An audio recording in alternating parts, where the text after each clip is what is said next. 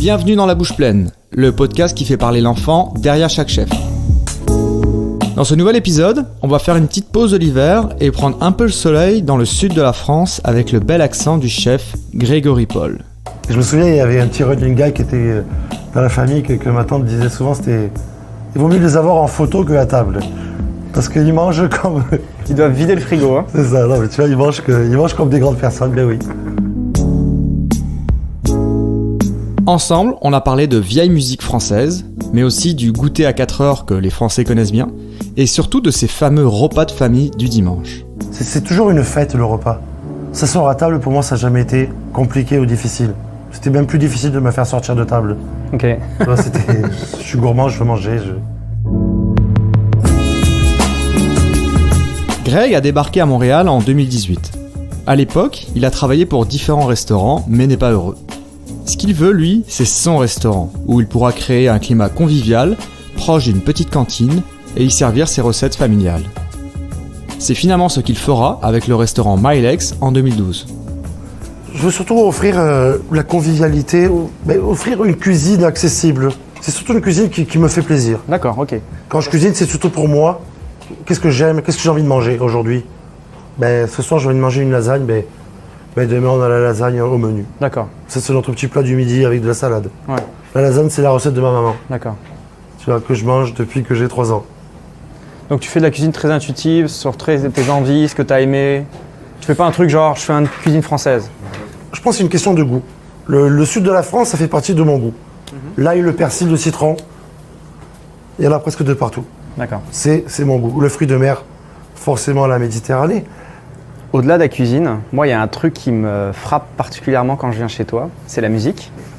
Est-ce que tu peux me raconter qu'est-ce qu'on entend quand on vient dans ton restaurant? Moi, je suis un passionné de musique française. Pas n'importe laquelle. Pas n'importe laquelle. On écoute beaucoup de Georges Brassens. C'est l'histoire de ma vie avec mon grand-père. C'est un interprète exceptionnel. Malheureusement, j'ai pas l'oreille pour faire de la musique, mais ça m'aurait bien plu. Ton grand-père en faisait? Mon grand-père en faisait beaucoup. D'accord. J'ai des souvenirs de mon enfance, les mercredis après-midi, parce qu'on n'allait pas à l'école et que c'est mon grand-père qui me gardait. Je passais des après-midi assis à côté de lui, devant l'orgue, parce qu'il avait carrément un orgue dans la maison, à lui tourner les pages et être dans son univers musical. Donc il y a toujours de la musique dans mon oreille, que ce soit en voiture, à la maison, pour m'endormir. Je suis quelqu'un qui a besoin de cette stimulation qui, dans le fond, m'aide à la création beaucoup. Mais c'est beaucoup de la... Enfin, je sais qu'il n'y a pas juste ça, mais il y a quand même une grosse partie de musique un peu nostalgique, justement, un peu tout à fait, bien sûr. De ton enfance. Si on parle de Georges Brassens, il n'est pas jeune, et tous les musiciens qui vont avec.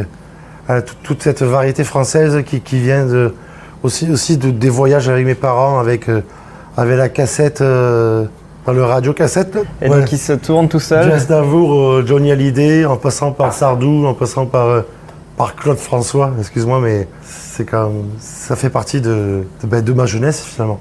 Ouais, mais bon, moi aussi ça fait partie de ma jeunesse, mais je l'écoute pas au quotidien. Est-ce que tu es quelqu'un de nostalgique? Est-ce que tu as besoin de ça pour t'accompagner dans ta cuisine? Je dirais que ça fait partie aussi un petit peu de l'ambiance que je veux donner. Ouais. Pour moi, c'est une musique très conviviale que beaucoup de gens connaissent aussi. Ça m'arrive à prendre des clients, à surprendre des clients, à chantonner du Brassens parce que il y a les copains d'abord qui passent ou plein d'autres, tu vois. Puis ils sont comme... Et ça crée une joie, un univers, un peu comme si tu poussais la porte et tu étais un peu ailleurs pendant le temps de ton repas. C'est drôle parce que je viens de réaliser, en parlant avec toi, que tu vas dans un diner américain, tu sais, un peu un truc vieux, tout ça, puis ça joue du vieux rock des années 60, ça joue des vieilles... Je rentre dans un vieux diner américain, je suis à la maison. Voilà. Je me sens bien. Parce que je suis dans cette atmosphère-là. Sauf que c'est la première fois que je suis dans cette atmosphère-là en France, avec toi. C'est la première fois qu'en fait, il y a quelqu'un qui assume jouer de la vieille musique. Mais tu vois, en fait, ce que tu me fais réaliser, c'est vraiment, sans le vouloir, on reproduit un petit peu un schéma qui existe déjà. Le diner américain, c'est dans le vieux rock. Ouais. Il y a des jukebox là où tu choisis. C'est ça. Il n'y a pas de nouvelle musique dessus. Donc toi, t'aimes les trucs conviviaux, populaires, comme où on se sent bien? Moi, j'aime le partage avec les gens. J'aime cette convivialité, j'aime l'échange. J'aime avoir des discussions, j'aime que dans le fond, un client qui va être assis à la table 10 et celui qui est à la 11, tu as remarqué, c'est la même table. Mais les gens discutent ensemble. On finit les soirées avec que des amis dans le restaurant. Ouais. C'est amical. Ouais. Je saoule le monde avec mon Brassens, avec... Non, pas encore celle-là, on me dit. Oui, ton staff, il est obligé de changer tous les 2 ans parce qu'ils sont plus capables de la musique. Non, mon staff me fait découvrir une nouvelle musique. Ah. Le service du midi est terminé. On s'est posé alors tous les deux à table, autour d'une bouteille de blanc, pour parler de ses souvenirs de jeunesse à Montpellier, en France. J'ai pas de passion vraiment, réelle, tu sais, J'étais tellement animé par aller faire du bricolage avec mon grand-père Louis, monter une clôture toute l'après-midi, aller au jardin. De l'autre côté, avec mes grands-mères aussi, cuisiner tout le temps. Les repas de famille, pour rien. Tous les dimanches, c'était une fête. Donc, j'étais tellement stimulé par en fait, cette convivialité, cette familiarité, tu vois. Vous étiez une grande famille, Assez, oui. Ouais. Oui, tout à fait. frères et sœurs, J'ai juste un seul frère, mais les cousins. beaucoup de cousins. J'ai 8 oncles et tantes. Généralement, pour avoir une famille unie et garder encore en contact avec ses cousins, cousines avec le temps, généralement, ça prend un patriarche qui gère un peu tout ça. Puis ton grand-père, tes grands-parents, est-ce qu'ils jouaient ce rôle-là? Forcément, mes grands-parents ont toujours eu cet esprit de famille, que ce soit des deux côtés, du côté de mon père et du côté de ma mère. Des gens qui se réunissaient très souvent.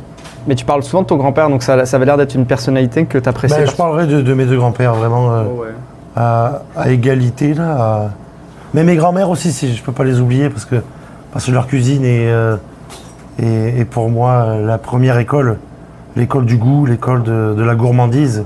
Ça vient de là, je crois, ma passion pour la cuisine. Mais tes grands-pères, ils amenaient autre chose? Et ils amenaient aussi de la cuisine, leur façon, leur grillade, leurs recettes à eux. Mais les grands-mères, c'est une cuisine de tous les jours.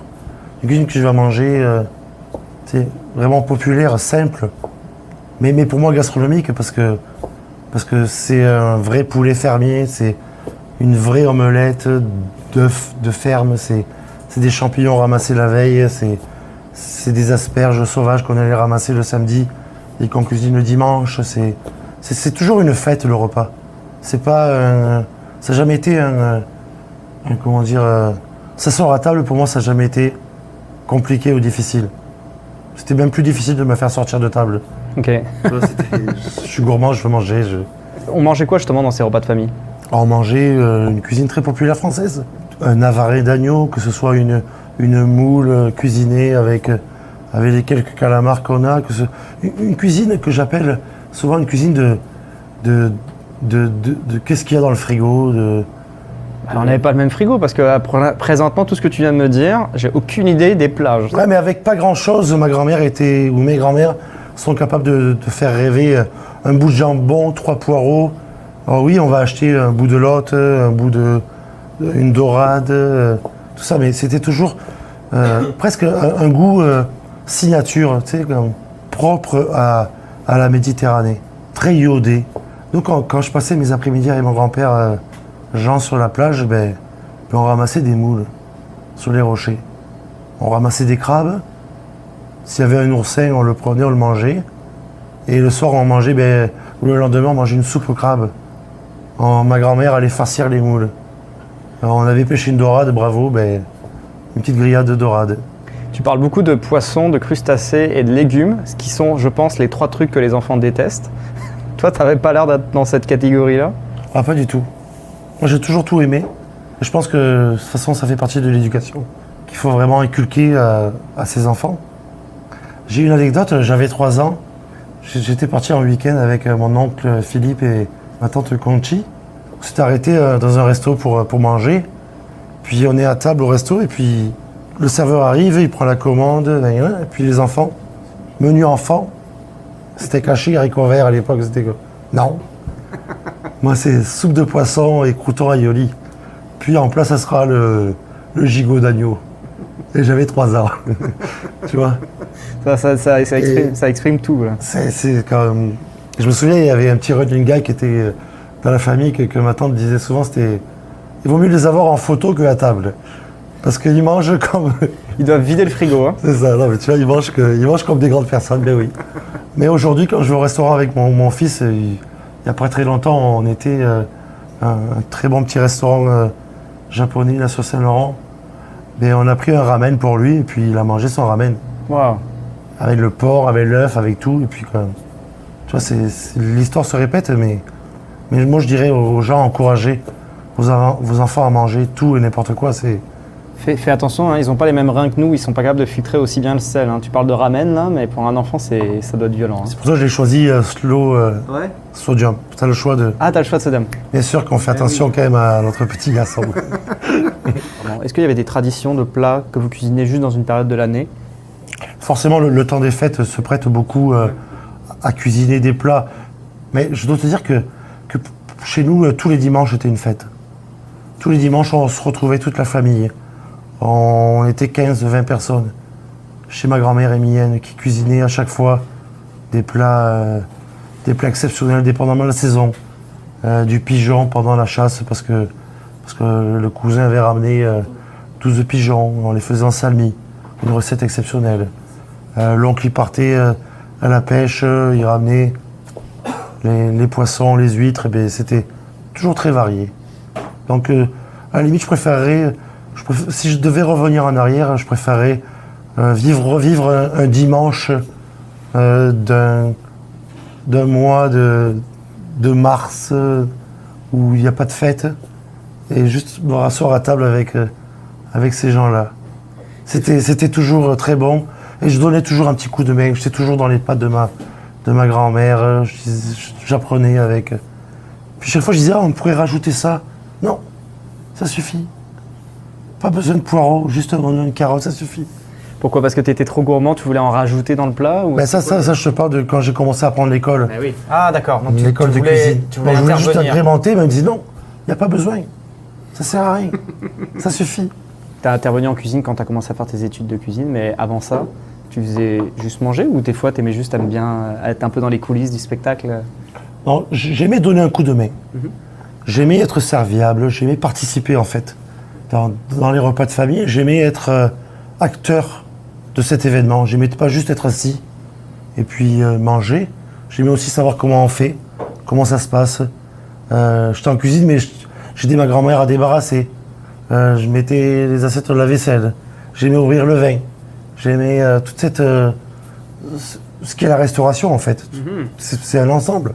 C'est pas uniquement bien cuisiner. Ouais, parce que les repas de famille, souvent, en tout cas moi personnellement, j'aimais pas tant ça parce que c'était trop long en fait. Ouais. Pour un enfant, rester à table pendant 2 à 3 heures, c'est l'enfer. Moi, c'était justement une animation pour moi. C'était en deuxième service, on change l'assiette de soupe, on enlève les cuillères. Je prenais vraiment ça à cœur, tu vois, naïvement, enfin pas naïvement, mais de façon très spontanée. Ça me faisait plaisir d'aider. Je sais pas comment tu as fait pour quitter la France pour aller vivre à 7000 km loin des repas de famille du dimanche. Ça a dû te fendre le cœur. Quand je rentre en France, si je reste 15 jours, je fais 15 jours de repas de dimanche. Je me rattrape. Bon plan. On a beaucoup parlé du dimanche, pas beaucoup de la semaine. Ça ressemblait à quoi le quotidien avec ton frère, tes parents, le rentrée d'école Rentrée d'école, ça passait souvent par la boulangerie. On sortait de l'école, c'est 4 heures, là. C'était l'heure du goûter. On allait acheter la baguette pour le soir. Puis ma mère, souvent, me disait, choisissez un petit 4 heures. Moi, j'avais une préférence pour la tarte aux pignons. Ah, c'est quoi ça? Tu connais les petits pignons Des pignons de pain, ouais. Ouais, pignons de pain, une tarte aux pignons. Avec une crème d'amande dessous, là. Je connaissais pas. C'est bon et c'est surtout rassasiant. Pour un petit garçon qui a beaucoup d'appétit et tu vois, c'est de la noix, donc c'était un de mes petits cadeaux de 4 heures. Pâtisserie préférée, quoi. Ouais, de 4 heures, là, vraiment, comme ça me faisait tenir jusqu'au soir. Puis je me souviens rentrer dans la maison et puis avec mon frère, on avait un petit jeu, c'était qu'est-ce qu'elle a fait maman ce soir? Qu'est-ce qu'on mange ce soir? Alors on rentrait, juste à l'odorat, on savait si c'était quiche Lorraine, lasagne ou autre, tu vois. Ouais. Et puis on jouait à ça. On jouait à ça, on avait hâte de passer à table.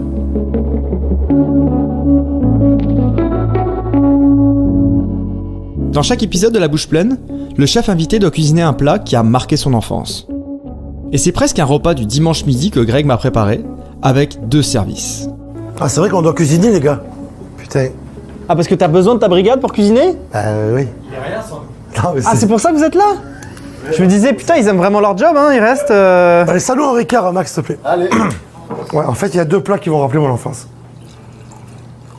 Donc on va les cuisiner ensemble. Les 2? Ouais, mais ça va être super rapide. T'as un peu de temps?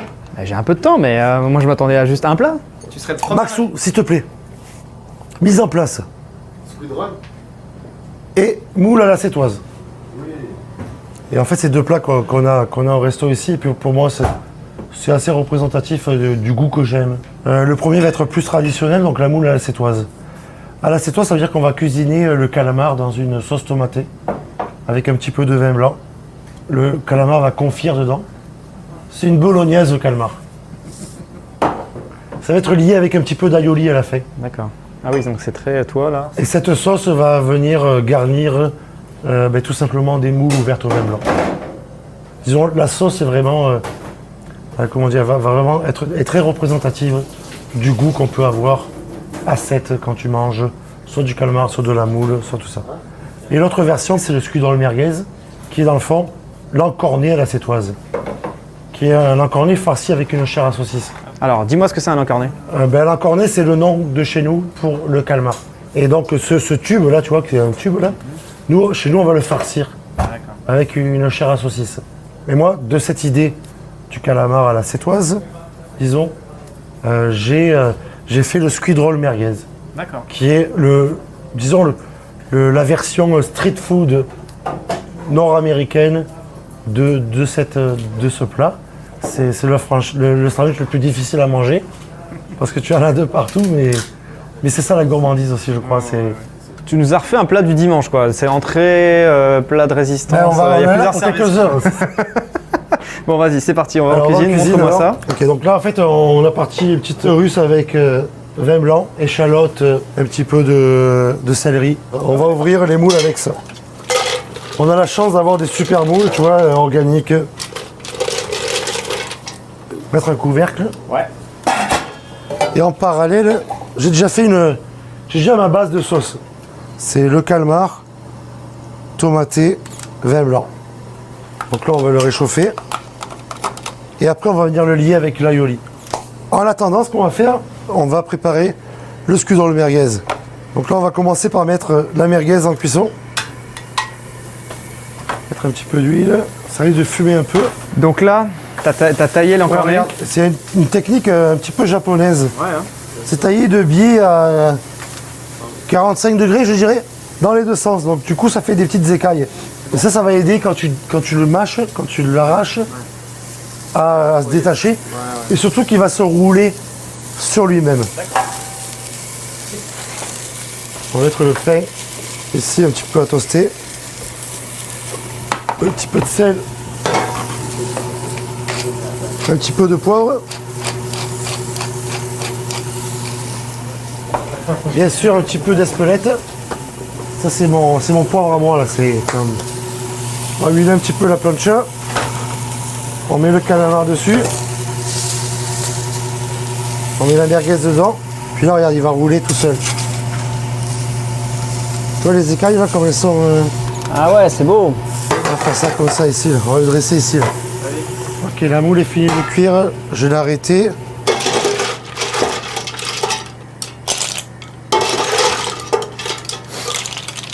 Donc là, la moule ouverte au vin blanc avec les petits aromates. Et on va par-dessus mettre notre belle sauce. Tu vois, elle est un peu épaisse. On va la détendre un petit peu avec du jus de moule. Puis là, tu vois, on va garnir notre moule avec la sauce. Ça sent bon. Ça, c'est magique, ça. Cette sauce. Vraiment, à chaque fois que je fais ça, là, je suis presque émerveillé à chaque fois. Ça te fait penser à qui en particulier dans ta famille? Je dirais pas à qui, ça me fait penser à la mer. À la mer méditerranéenne. C'est ma deuxième mère. Ah, qu'est-ce que je suis un poète. Un poète. Un poète. Le poète disparu. Non, je commence à manger parce que ça refroidit là, et puis j'aime pas ça. Manger trop froid. Ça te rappelle quoi? Un dimanche. À Bamako. Un dimanche en famille. À Bamako. J'ai été à Bamako, mais non. Heureusement que je fais pas de cholestérol. Tu vois, la gourmandise là, c'est ça. Et surtout qu'on le partage, c'est ça qui est beau. Les gars, vous mangez un bout avec nous, quoi. Les mecs, comme ça, on mangera pas, hein.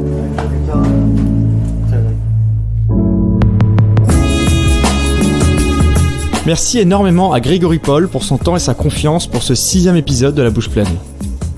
Retrouvez toutes les photos de cet épisode sur le compte Instagram de l'émission @La Bouche Pleine Podcast. D'ailleurs, n'hésitez pas à me dire en commentaire le ou la chef que vous aimeriez entendre dans l'émission. Identité sonore par Clément Leduc et Gabriel Gagnon. Identité visuelle de Tirsa. Ce podcast est encore jeune, alors n'hésitez pas à mettre 5 étoiles sur Apple ou Google Podcast et surtout d'en parler autour de vous. Merci 1000 fois pour votre écoute et rendez-vous au prochain épisode de La Bouche Pleine, le podcast qui fait parler l'enfant derrière chaque chef.